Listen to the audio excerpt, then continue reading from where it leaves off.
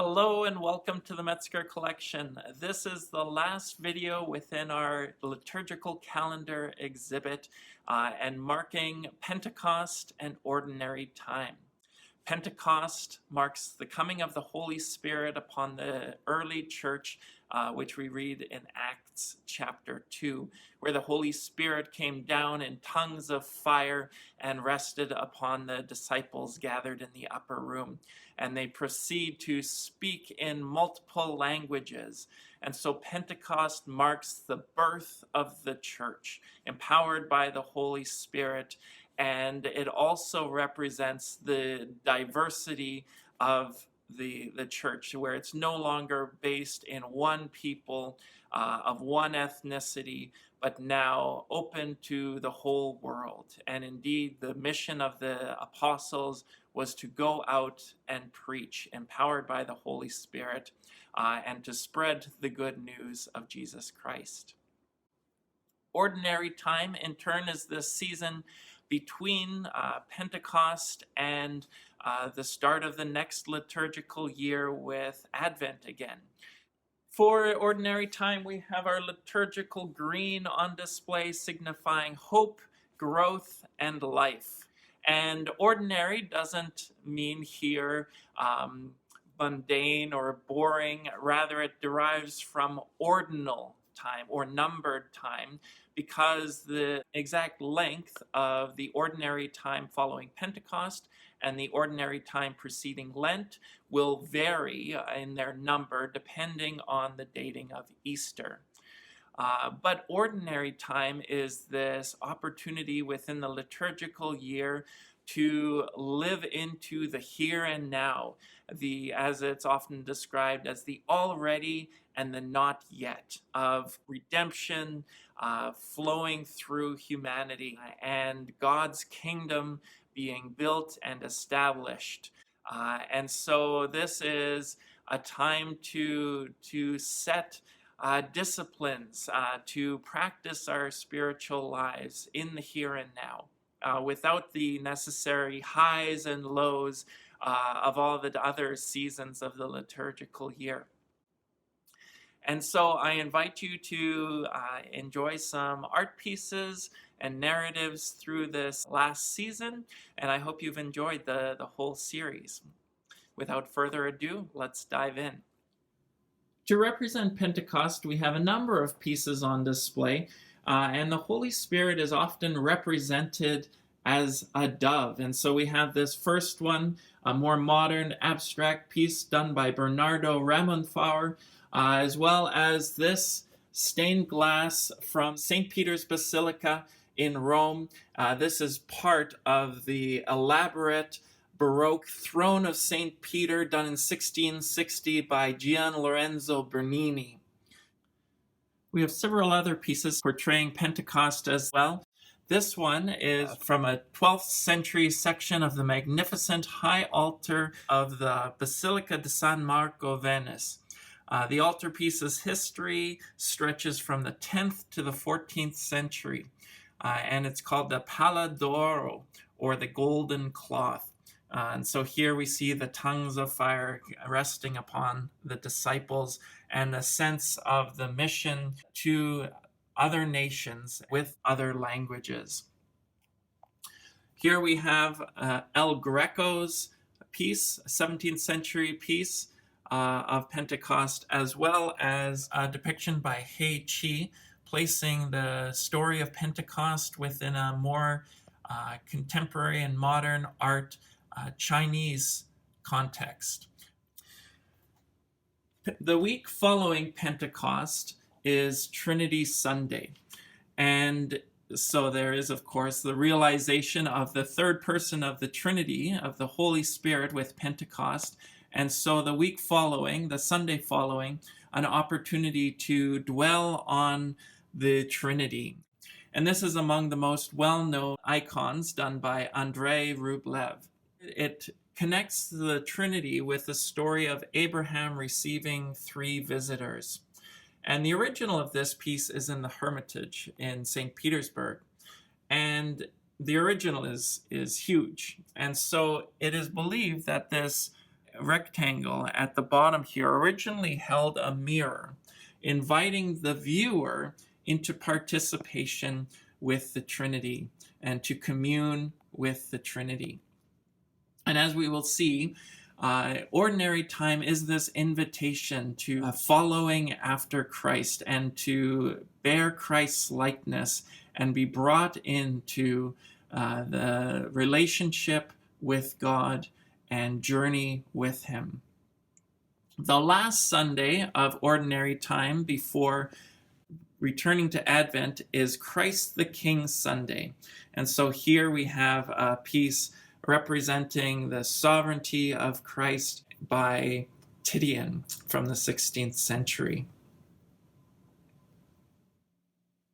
I've had this piece up for quite some time through this liturgical calendar exhibit, but haven't talked about it yet because I feel it fits best within the season of ordinary time. It's a tapestry by artist Kate Pavel and is an adapted version of a large mural on the exterior of the library of the University of Notre Dame, Indiana, by artist Millard Sheets, and the piece is called The Word of Life. The original is 134 feet high and 68 feet wide and fashioned from over 6,000 pieces of stone from around the world.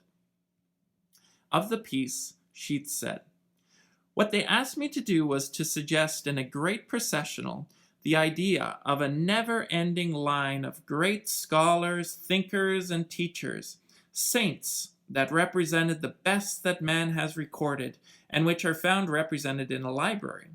The thought was that the various periods that are suggested in the theme have unfolded in the continuous process of one generation giving to the next.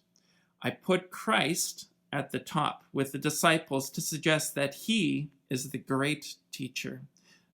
Now, this mural has particularly gained the nickname Touchdown Jesus from the students of Notre Dame due to the piece facing an end zone of the school's football field.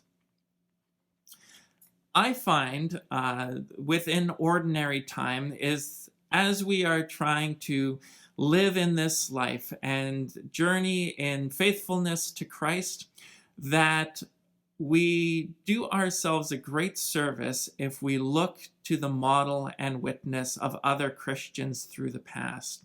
The tradition of saints, the cloud of witnesses, as Hebrews talks about them. And so this introduces what most of the rest of the exhibit highlights is some notable saints within history. And I will not go into the depths of their story. I encourage you to look them up a little bit more, or you're very welcome to come to the Metzger collection, and I'd love to tell you more about them. So these are just some of the saints whose feast days fall within ordinary time. This is by no means exhaustive, but these are some of my favorites. So we have Mary Magdalene here, the apostles Peter and Paul, Helena, who is recognized as a saint in the Western tradition, along with Constantine, though he is not recognized as a saint in the West, but he is in the East. And he remains to this day quite a controversial figure within history. We have Martin of Tours next. Gregory the Great, one of my favorites, not least because of his name, but he was a monk who became Pope. Francis of Assisi, modeling poverty and pushing monasticism out of the cloister and out preaching on the streets of the city. Hildegard of Bingen, German mystic. Kateri Tekakwitha, who is the first Native American canonized saint, and Mother Teresa, who I'm sure you are familiar with and was recently canonized a saint within the Catholic Church. Of course, there are many other saints, and some who are canonized and others who are not. November 1st, which falls within ordinary time, marks All Saints' Day. And this is an opportunity to celebrate not only those canonized saints throughout history, but also the uncanonized saints or unknown saints, both of history and even today. And so this altarpiece by Fra Angelico fits well within that, and it is in 5 different parts.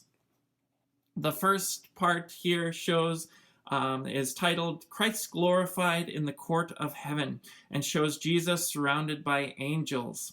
The inner left panel shows the Virgin Mary followed by apostles and other saints, while the inner right panel depicts the forerunners of Christ with saints and martyrs. And then the outermost panels on either side are titled The Dominican Blessed, and showing Dominican religious leaders who were revered but not yet canonized as saints. And Fra Angelico himself was a Dominican, and so very much looked up to these figures. Within the liturgical calendar, Ordinary Time focuses on the outworking of God's redemption through his church.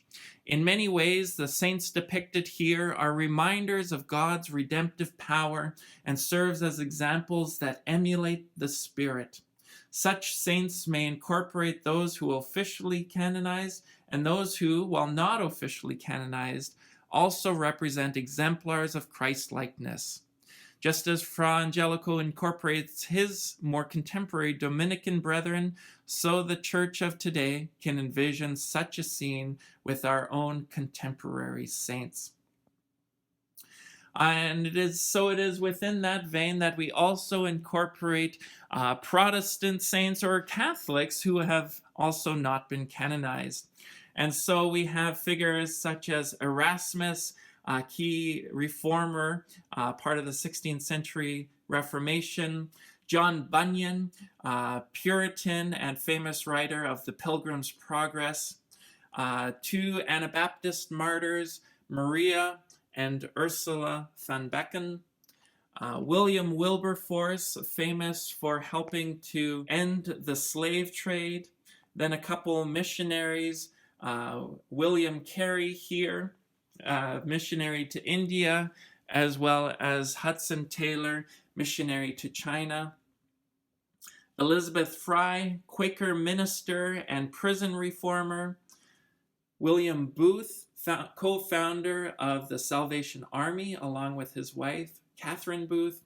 And then finally, Dorothy Day, co-founder of the Catholic Worker Movement and a 20th century social activist. Here showing hospitality to the least of these who are Christ in our midst. This piece recognizes that some of the saints I've highlighted may not be accessible or relatable to everybody, and so this is a compilation of modern icons by Gracie Morbitzer called Modern Saints, and the artist writes, "Ancient icons of saints portray everyone as old, white, expressionless, and hard to tell apart. I believe these pieces of church imagery can turn modern thinking people away from the influences of the saints and even the church itself. My goal was to reimagine these extraordinary people as modern, everyday humans, because that is exactly what they were. And they remind us of ourselves. They show us that we can all be saints just like them. Hence, the compilation leaves a space empty for the viewer's portrait. The saints were hopeless, spunky, terrified, lonely, individualistic, rebellious, progressive, loving, ambitious, countercultural, or boisterous outcasts and sinners who reached beyond themselves and made the world and themselves so much better. In these paintings," the artist continues, "I have tried to make a point to prove that fact. I have corrected ethnicities to show the church's more widespread, though hidden, diversity. I have given each a character or personality and a real human expression. I have given each a style and modern twist." And this scene invokes Revelation 7, verse 9a. "After this I looked, and there before me was a great multitude that no one could count, from every nation, tribe, people, and language, standing before the throne and before the Lamb." And so really the fulfillment of Pentecost and the church being of every nation, people, and language. Now, particularly with this empty space in mind, we have a piece done by a former Columbia student, now alumna, Abby Thompson, and this is called Imago Dei. Followers of Jesus are called to reflect his likeness, and so the face of Jesus can be seen mirrored back in oneself as we truly find our intended identity as those who both receive and reflect the love of Christ, the radiance of his face and character. This last piece by another Columbia student, Genoa Bramhall, is titled Unfinished, and it follows in the theme of restoration, seeing it as a process. And in fact, this oil painting had quite a process as it moved from stormy clouds to and a clouded sun to increasing brightness and radiance and restoration of this valley scene. The artist writes of this piece, "The sun represents God, his glory and majesty, and it has been incredible for me to experience God breaking into my life like the sun breaking through clouds. The flowers represent God's love and gift of the Spirit being lavished upon me. The painting itself is a sort of visualization of my soul, showing me that as God intervenes and breaks through in my life, I am filled with more and more with good things God has for me. Every part of the painting was remade, but every mistake also helped lay the foundation for a better layer. I appreciate each layer for how they brought me to the final product, and I am excited to see how God continues to work in me as I still have much room to grow. I am consistently unfinished, and I am constantly being restored." Well, I hope you've enjoyed this video tour through Pentecost and Ordinary Time, and I hope you've enjoyed this whole liturgical calendar exhibit series. And so again, this marks the last one, and I hope that you've enjoyed it, learned from it, and allowed the liturgical calendar to be formative in your own spiritual and daily rhythms.